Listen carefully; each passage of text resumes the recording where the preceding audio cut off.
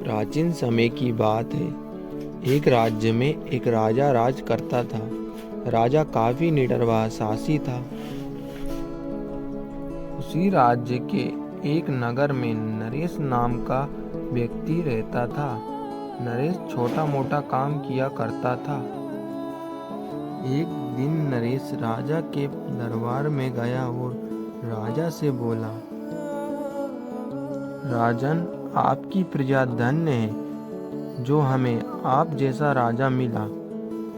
राजा जी, मैं यहाँ आपको एक बहुत ही महत्वपूर्ण बात बताने आया हूँ। फिर राजा बोला, हाँ बताओ, क्या महत्वपूर्ण बात है। फिर नरेश बोलता है, राजा जी, एक दिन मैं नदी के पास से काम करके लौट रहा था तो मुझे घोड़े की हिनहिनाने की आवाज़ आई।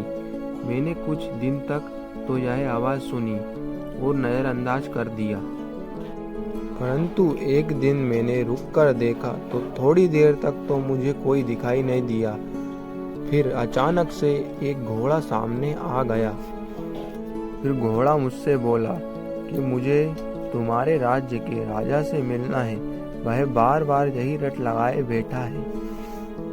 राजा जी, अब आप ही चलिए और उस घोड़े की समस्या का समाधान कीजिए।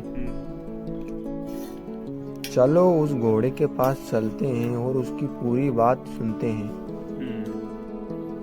कुछ समय के बाद नरेश और राजा और मंत्री तीनों वहां पहुंच जाते हैं। फिर नरेश घोड़े को आवाज लगाता है और बोलता है कि घोड़े, कहाँ हो तुम?